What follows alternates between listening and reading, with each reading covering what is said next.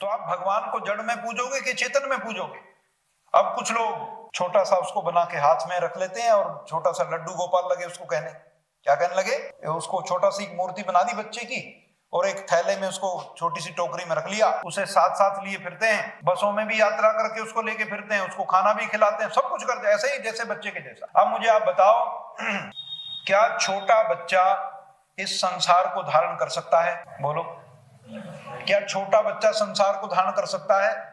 छोटा बच्चा निर्भर किस पे करता है? माता पिता पे निर्भर करता है। छोटा बच्चा माता पिता पे निर्भर करता है तो बड़ा कौन हुआ?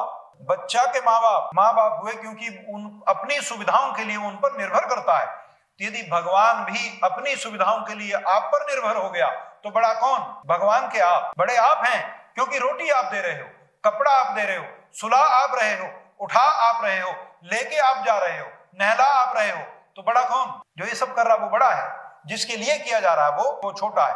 तो देखो परमात्मा का कैसा स्वरूप लोगों ने धार लिया। और ऐसा क्यों हुआ?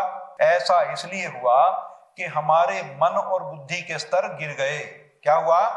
मन का स्तर गिरने से व्यक्ति के जीने का जो स्तर है वो भी गिर जाता है। जब मन का और विचारों का उच्च स्तर होता है तो माता पिता का बड़ा आदर करता है, गुरुओं का बहुत आदर करता है, मित्रों से बहुत सुहृदता से व्यवहार करता है, समाज कल्याण के बारे में विचार करता है, लोगों की बुरी आदतें छुड़वाने के बारे में विचार करता है, अपना भी जीवन बनाने की कोशिश करता है और दूसरों का भी जीवन बनाने का प्रयास करता है। ये तो विचारों की उच्चता है। और जब विचार गिर जाएं तब क्या होता है? जब विचार गिर जाते हैं तो आदमी की मां मरे फर्क नहीं पड़ता, पिता मरे फर्क नहीं पड़ता, भाई चला जाए फर्क नहीं पड़ता, सारी दुनिया नष्ट हो जाए फर्क नहीं पड़ता। वो ये समझता है कि जो मेरा लाभ है वो नहीं मरना चाहिए, मेरा लाभ ना मरे, मेरा प्रॉफिट ना मरे, मेरा पैसा ना मरे, चाहे सारे मर जाए, बाकी मुझे फर्क नहीं। ऐसा व्यक्ति हो जाता है जिसके विचार कैसे हो जाते हैं? जिसके विचार नीचे हो जाते हैं, उसके लिए धर्म का भी कोई महत्व नहीं रहता। अब ये भी आप संसार में देखो अपने सामने, धर्म पुस्तकों में तो बड़े बढ़िया रूप में है, उच्च है। धर्म में जो पुस्तकों में धर्म की व्याख्या की गई है बड़ी उच्च है, और जो हमारे जीवन में धर्म है वो कैसा है? वो तो बहुत छोटा सा है, 2 रुपए का भी नहीं है। 1.25 रुपए में तो सेटिंग बैठा देते हो आप। 1.25 रुपए का प्रसाद की घोषणा नहीं कर देते बहुत बार, कई बार 5.25 रुपए कर देंगे, कहते चलो 5.25 का प्रसाद बांट दे, कई बार कहते 11 रुपए का कर देंगे। तो जब धर्म निचले स्तर पे जाता है तो ये 11 रुपए, 1.25 रुपए, 5.25 रुपए में काम बन जाता है। बने ना बने कोशिश करता है वैसा करने की। तो किताबों में धर्म कैसा है? उच्च आदर्श का वर्णन है, और जीवनों में कुछ भी नहीं, निम्न स्तर है धर्म का, बिल्कुल निम्न स्तर है। जीवनों में धर्म निम्न है, पुस्तकों में धर्म उच्च है। जब जीवनों में उच्च होगा तब लाभ होगा, पुस्तकों में चाहे उसका वर्णन होना हो, जीवन में होगा तो उच्च धर्म है और उसकी उच्चता बनी रहेगी। यदि धर्म की प्रशंसाएं केवल पुस्तकों में होती रही और उसका कुछ भी भाग हमारे जीवन में नहीं आया, ऐसे धर्म का कोई लाभ, उसका कोई लाभ नहीं है। वो जीवन के लिए है। धर्म जो है, वैसे पुस्तक तो जड़ है। कैसी है? जड़ पुस्तक में कोई ज्ञान की बात लिखी हुई है, उस ज्ञान की बात का, उस पुस्तक का कोई फायदा, उस पुस्तक को, उस ज्ञान का कोई लाभ। अब ये देखो लिखी हुई है ना सुक्तियां, क्या ये सुक्तियां दीवार के लिए लिखी हुई है? कैसे दीवार का फायदा होगा? क्या दीवार का पुण्य होगा?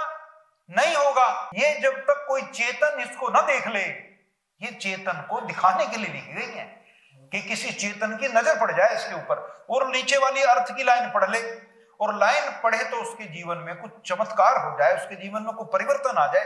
इसलिए ये लाइनें यहां लिखी गई। यहां दुनिया में जो भी कुछ लिखा गया है, किसके लिए लिखा गया है? चेतन के लिए लिखा गया है, जड़ के लिए कुछ नहीं। जड़ के लिए क्यों नहीं? क्योंकि जड़ में उन्नति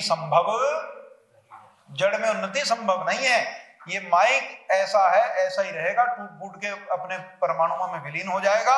ये प्रकृति है, ये परिवर्तनशील रहती है, इसमें कोई ज्ञान का प्रभाव नहीं है। मैं जो प्रवचन कर रहा हूं ये माइक के लिए नहीं कर रहा हूं, इन दीवारों के लिए नहीं कर रहा हूं, पंखा ट्यूबलाइट के लिए नहीं कर रहा हूं। किसके लिए प्रवचन हो रहा है? जो चेतन मेरे सामने बैठा है। इसी चेतना को उच्च अवस्था उठाने के लिए भगवान ने हमें वेद दिए, दर्शन दिए, उपनिषदें दी, ताकि आदमी अपनी आत्मा को खोजे। तो कहा कि वो परमात्मा यो भूतम च भव्यम च, जो सारे कालों से बाहर, काल का बंधन उस पर नहीं है। काल का बंधन इसलिए नहीं है कि ईश्वर जन्मता मरता नहीं। यदि जन्मे तो फिर जन्मदिन हो जाएगा ना। यदि जन्म जाएंगे तो क्या होगा? जन्मदिन होगा तो फिर दूसरा भी दिन होगा, जिसको क्या कहते हो, फिर मरण दिन भी होगा। ऐसा तो दुनिया में हुआ नहीं कि जो जन्मा हो वो सदा रहे, ये तो होता ही नहीं। जो जन्मदिन है तो मरण दिन भी है, तो परमात्मा का कोई जन्मदिन नहीं है। तो कोई कहेगा कि भगवान रामनवमी हम मनाते हैं तो भगवान का जन्मदिन है, तो महापुरुष का जन्मदिन है। किसका? ऐसे व्यक्ति का जन्मदिन है, व्यक्ति का, ऐसे व्यक्ति का जन्म है जो व्यक्ति जन्मा तो हमारे और आपके तरह सामान्य बच्चे के रूप में। जब भी बच्चे जन्मते हैं सब बच्चे सामान्य ही होते हैं, तो उनमें कोई खास विशेषता नहीं होती। फिर वो जब बड़े होते हैं, गुरुओं की शरण में जाते हैं, वेद विद्या पढ़ते हैं, उपासना करते हैं, ध्यान करते हैं, साधना करते हैं, अपने जीवन का विकास करते हैं, अपनी चेतना के उच्च स्तर पर पहुंच जाते हैं। जब मनुष्य अपनी चेतना के उच्च स्तर पर पहुंच जाता है तब कई बार लोग उसे भगवान ही कहने लगते हैं। क्या कहने लगते हैं? भगवान जैसा ही लगने लगता है। उसके अंदर भगवान की इतनी क्वालिटी पैदा हो जाती, इतने गुण आ जाते हैं, भगवान जैसा लगने लगता है। वेदों में कहा सहस्र अक्षः, क्या कहा? सहस्र शीर्षा पुरुषः सहस्राक्षः सहस्रपाद। उस भगवान के सहस्र शीर्षा हैं, सहस्रों सिर हैं, सहस्राक्षः उसकी हजारों आंखें हैं, सहस्रपाद वो सहस्रों पैरों वाला है। इसी आधार पे मानो किसी ने कई हाथ वाली और सिर वाली मूर्ति की कल्पना की होगी, इसी आधार पे की होगी। लेकिन ध्यान रहे, जड़ मूर्ति के चाहे 16 हाथ हो चाहे 18 हाथ हो, उससे किसी को कोई लाभ होता। लेकिन वेद ने कहा है कि उसके हजारों हाथ है तो होंगे। वेद ने कहा उसके हजारों हाथ है तो होंगे। कौन से उसके हाथ हैं? तो कहा इस संसार में जो जो मनुष्य समाज कल्याण के लिए इन हाथों को लगा रहे हैं, वो हाथ उन मनुष्यों के ना होकर के ईश्वर के ही हैं। क्योंकि सत्कर्मों को करने की प्रेरणा मनुष्य को कहां से मिलती है? परमात्मा प्रेरणा देता, आदमी काम करता जाता है। भगवान राम पैदा हुए सामान्य मनुष्य की तरह, बड़े हुए तो इतने ऊर्जा से भर गए, इतनी चेतना से भर गए कि लोग अचंभित हो गए।